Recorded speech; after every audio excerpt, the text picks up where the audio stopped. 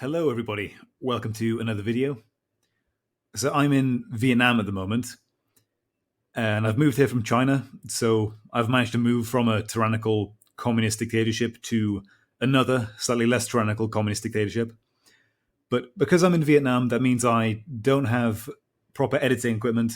This is going to be a kind of boomerish audio presentation. But hopefully, it's interesting because in honor of the US election, I thought it'd be worth making a video about the US's foreign policy towards China and whether it's working. So, what has US foreign policy been under Trump? Obviously, if you remember back to Trump's campaign at the beginning in 2015, there was a lot of emphasis on China. In fact, the first time I ever really heard about Trump as a political figure was when he was doing his speeches about China. And these were all in the vein of China's screwing us. We've got the worst deal with China. The average worker is suffering because of this, and I'm going to make a better deal. And this is the same tone, his approach to economics in general, deals with Mexico, deals with other countries. In fact, if you look back to Trump's ideas in the 1980s, he said all the same things about Japan in Art of the Deal, and later on he just replaced Japan with China in the 2000s. And so all of this sort of stuff is kind of the economic basis, and that's the economic impetus behind the tariffs. If you remember, at the beginning of the campaign in 2015, he talked about the tariffs a lot and the trade war. And then towards the end of the campaign in 2016, it went off trade a lot, and it went a lot. They started talking a lot more about immigration, and so the wall and stuff he'd said about Mexicans became the focus. And so everyone just kind of forgot the stuff he'd said about China. And then when he actually launched the trade war in 2018, everyone was like, what? He's actually doing it? That's crazy. So it's worth remembering back to that this has been a sort of primary focus of the Trump administration for most of Trump's political ambitions. And the basic ideas, they come from his own experience as an entrepreneur, but they also come a lot from a specific writer called Peter Navarro. And he was, I don't know if he still is, but for a long time he was in charge of Trump's trade policy in regards to China. And he's the head of this, well, at least a prominent figure in that wing of the Trump administration that sees China as the main political threat to the US. And he's written a lot of books that are called, he wrote The Coming China Wars in 2006 and Death by China in 2011. And so he writes a lot about the trade imbalance with China. The main focus of his books are, number one, the US has a trade imbalance with China. That's bad. Number two, China's a currency manipulator. And number three, China generally doesn't play by the international rules and hurts the average American worker. And therefore, the US should distance itself from China's economy. And, these are all key points from Trump's own agenda. He's pretty much ran with them. And it's worth pointing out that the tariffs in general are thought of by the general economics community as basically, nonsense and economic illiteracy, and how could anybody ever support them? Hasn't he read Economics 101? But it's actually worth pointing out it's not just crazy Peter Navarro. This is there's been a general economic backlash against China pretty much throughout the last 20 years. And Trump is sort of a culmination of it. So George Bush, I think in 2003, he erected tariffs against China. During the Obama administration, there were big concerns about Chinese tariffs. And actually, Joe Biden was sent in 2012 to try and get them to lower tariffs, basically to help the American economy. He didn't succeed at all, by the way. He achieved nothing on that trip. And so this is because China has higher tariffs against the US than the US does against China. And so the whole argument was, well, the US is competing in as if it's a free market system, but in reality, it's not a free market system. And let's say you've allowed companies to move abroad, and maybe the price of a T-shirt lowers by a few dollars, but in return, you've lost 10,000 jobs. And is that really a good trade-off? I mean, there's a lot of free marketeers who will say that is a good trade-off. But I think if at a certain point when you're comparing jobs lost compared to minuscule price decreases, you can see why that's not that advantageous, especially when you're concerned with strategic industries like steel and planes and cars. And this was kind of the key point in Trump's campaign that this outsourcing of industries hurts the average American worker, and I'm going to bring it all back. And the stuff about currency manipulation, well, that's the argument that in the short run, whenever China wants to boost its exports, they devalue their own currency so that in the short term, they can afford to buy raw materials and produce a lot of products and basically use that to push other industries out of the market and gain a kind of market dominance. And they do that, it's true. Other countries do it, but none of them do it quite as much as China. And so that's definitely a thing that happens. And another big key point to make is that China lies about its own financial activity. They lie about their own balance sheets and their own companies, and they use that to try and take over American businesses and European businesses. But in general, the general claim was that China's not playing by the rules. They actually broke the rules. The rules were bent a little bit to allow them to get into the WTO, the World Trade Organization. And so basically, that was the key economic impetus. Now, there is another wing within the Trump administration, probably led by someone like Steve Bannon, and I'd say now Mike Pompeo. And their concern with China is more than economic, and it's primarily strategic. And they view China as basically a moral threat, based on the fact that it seeks to achieve strategic hegemony over the US. And they view it in the same line as the Soviet Union, and basically view it in this framework of the new Cold War, which people like Niall Ferguson have argued for a long time. And I think you can actually sort of trace a change in the administration's policies around to about 2018, which was when Pompeo became Secretary of State, I think after Rex Tillerson, because Pompeo is really a key player in the whole China policy. It's not just because of Pompeo. I mean, this was the same time when Xi Jinping declared himself, lifelong dictator.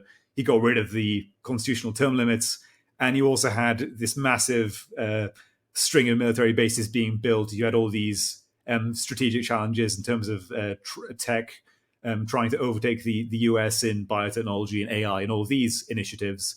And so around 2018, the trade war kind of changed into a tech war.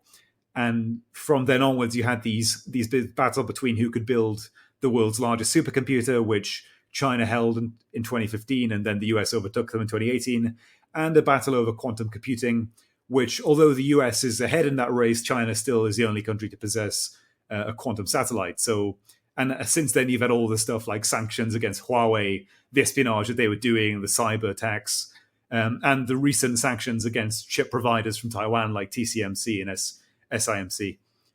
But I think in terms of this, America is not the one starting these battles. They're actually, in most cases, responding to stuff that China was already doing.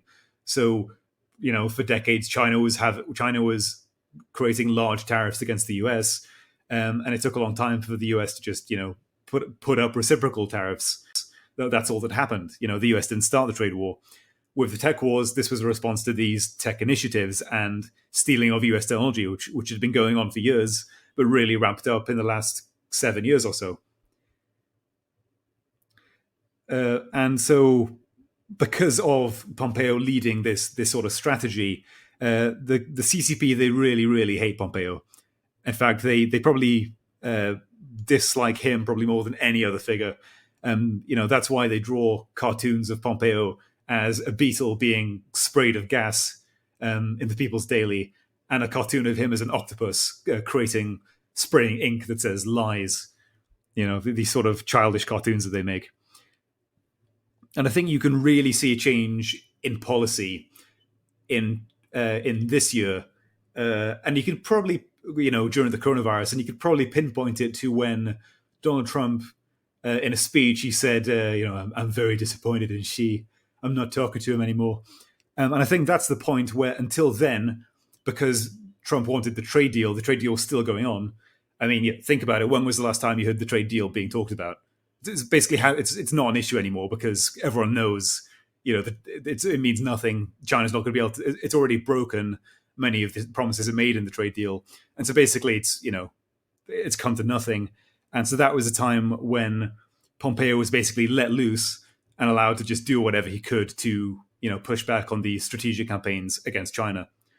And this is when someone comes into the picture who's called Yu Mao Chun. Yu Mao Chun is a Chinese citizen. Sorry, he was born a Chinese citizen, and he emigrated to the US during the Cultural Revolution after he was persecuted. Now he's an American citizen, and he teaches naval strategy at a US naval base. He teaches US military strategy. And if you don't know who Yu Mao Chun is, then you're pretty much ignorant of the US's entire foreign policy towards China. Although that would put you in the same category of most journalists who write about it, because there have been a lot of articles written over the last year or so saying that the US doesn't have a strategy when it comes to China. They're just making stuff up. It's all just Trump gets up one day, watches Fox News and says, "Aha, tariffs," or says, "Aha, sanctions." But you can only think that if you ignore all the stuff that's going on behind the scenes, which is done by Yu Mao Chun. So Yu Mao Chun he's Pompeo's lead advisor when it comes to China. And so he's probably the most important person in developing the China strategy. And his philosophy, which you can read about in his articles about for the Hoover Institution, he believes that basically the US is in a Cold War with China, but that the US is the only real superpower in the world, and that basically China doesn't come close to matching the US in terms of by any measure. And it's not really a superpower, nor will it ever be under its current leadership. And so what Yu Mao Chun advocates is that the US should try to prevent China from getting strategic dominance in Asia and in that corner of the world, and that basically it can and should predict China's rise. He also has many other interesting points, like he believes that the US should basically ally with Russia in an attempt to isolate China from its supposed allies, because he rightly points out that China doesn't really have any real allies they can rely on, and that it would actually be quite easy for the US to turn its allies against it, like Russia and Pakistan. Although that hasn't really happened so far. But he's the architect behind the so-called constrainment strategy, the idea that China must be constrained from getting strategic hegemony, and that this is a way to prevent a large-scale conflict which will inevitably arrive if the US does nothing. So his idea is the US, by intervening, let's say in Taiwan, supporting India, it will prevent a larger-scale conflict which will come along later if the US does nothing. And I have to say, I pretty much agree with this. I think this is totally true. And so this is the whole strategy that's behind the alliance, which is called the Quad, which is a military alliance between India, Australia, Japan, the US, and now it's been expanded to include Vietnam, New Zealand, and Korea. And they're pretty much quiet about it because, no country wants to come out and say, we're in this big alliance to stop China, from messing with us. Or because if they do that, the Chinese government will put sanctions against them. But if they do it quietly, then that's less likely to happen. And so there's a couple of different dimensions of the US military strategy. The first one is the tariffs, the economic sanctions. The second one is the tech sanctions. The third one is the human rights kind of sanctions against places like Xinjiang and Tibet, trying to stop manufacture in those regions. And the fourth dimension is this alliance building. So, the US trying to create a kind of NATO-style institution in the Pacific. And also Pompeo's gone around creating this clean internet campaign, which involves countries signing up to it, basically as a way to resist China's attempts to export its Great Firewall and internet infrastructure into places like Central Asia and Southeast Asia, which it's been doing for the last few years. And so, based on all that, how successful has the US been? Are they actually able to combat China and stop them, gaining strategic leverage? Are they able to stop them doing human rights violations? It will stop them gaining in cyber attacks and economic warfare. Um, well, if you look at it as a way of stopping China from doing all these things, then the answer is no. Pretty much absolutely, because human rights violations are getting worse. They're actually scaling up all the abuses in Xinjiang and Tibet, which I don't think that's an argument for for not doing anything. I think we have to do everything we can to try and push back on these abuses because it's just morally the right thing to do. But I think you have to recognize that actually, because countries are now pushing back in terms of the economy and tech industries, that as the Chinese government gets weaker, it's actually going to increase its human rights abuses because it's afraid of breaking up. And so, in a sense, it's like a catch-22 situation where by resisting China, trying to combat China economically, it's actually going to make things worse in terms of human rights in the short run, and hopefully will be better in the long run. In terms of tech, I think the US has been very successful in doing this. And I think, well, basically, they've got Taiwan to stop selling them chips, computer chips, which is a big thing because most of Huawei's technology relied on those industries from Taiwan. They've also been very successful in getting European countries and actually, Eastern European and Western European, many other countries around the world from not adopting Huawei. Huawei, the dominoes are falling one by one. I think there's barely any countries left in Europe that are actually going to allow Huawei to build their infrastructure. And it's hard to believe that all of this would be accomplished if it weren't for the virus. The virus has actually, revealed China's hand to a lot of countries in the world, and it has created room for this massive pushback and realignment. Also, in terms of the strategic alliances, it's kind of hard to say in terms of the Quad because we don't know what's being agreed behind the scenes. But at least on the surface, there's a lot of agreement in terms of strategic cooperation. Engaging in naval patrols. There's not an agreement on. It's definitely not a NATO institution yet. So there's no agreement, which is, let's say, if China invades the Philippines, all other countries will team up and defend it. And basically that's because there's other countries like Cambodia, Laos, and Myanmar, which are basically just Chinese satellite states. They're not going to agree to any kind of system like that.